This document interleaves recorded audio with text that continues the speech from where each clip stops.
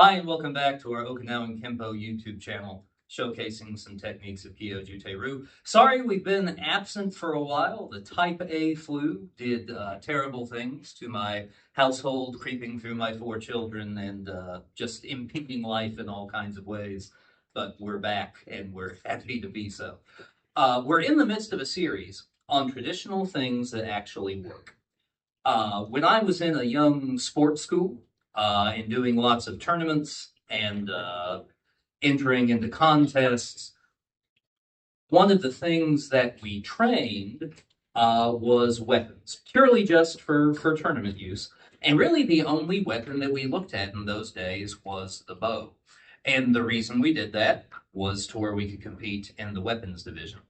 When I came to Kyo-Jute-Ru, suddenly there was this incredible deep curriculum of Bukiho, Kempo, Kobujutsu, and Imonojutsu, which had weapons like the Suru-chin, which is a rope with weights on both ends, the Kusari-gama, which is a sickle attached to a chain attached to a lead weight, the Teichu, which is a spike on a ring, just crazy, ancient Asian weaponry. And I loved it. Please don't misunderstand for a moment. I thought all that was awesome. But one of my initial thoughts was, how does this very traditional practice enter into a style that says we're all about self-defense?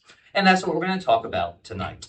Bukiho really means the principle of the acquired tool, the martial tool. A manojutsu is the acquired object art. So take a situation like someone is coming to attack me and he has a knife. Now, in Kyo-Jute-Ru, we train empty hand against the knife. We learn striking defenses and grappling defenses against that because that's important.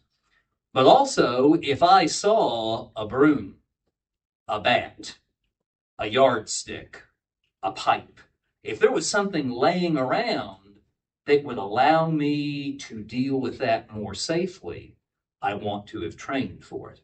And that's what our Bukiho is all about. We practice bladed weapons, long sticks, short sticks, flexible weapons like nunchaku, rope, chain, not because we ever think that I'll find a pair of sai sitting around on the sidewalk somewhere, but because if I find something heavy and metal with a point, I will have trained with that to protect myself. So here is a jo, which could be any kind of staff, stick, rake, whatever that happens to be this long. If he is stabbing at me with that knife and my hands are empty, I can still deal with it. There are still things we can do that are effective there, but this is very dangerous. It's a little less dangerous if he does that same stab and I break all the bones in the back of his hand. Or he swings to cut my carotid artery and I smash his fingers or break the bones in his arm, rendering him incapable of continuing. Or he comes with a backslash, and again, I shatter that elbow, crack that ulna, and then crack his skull.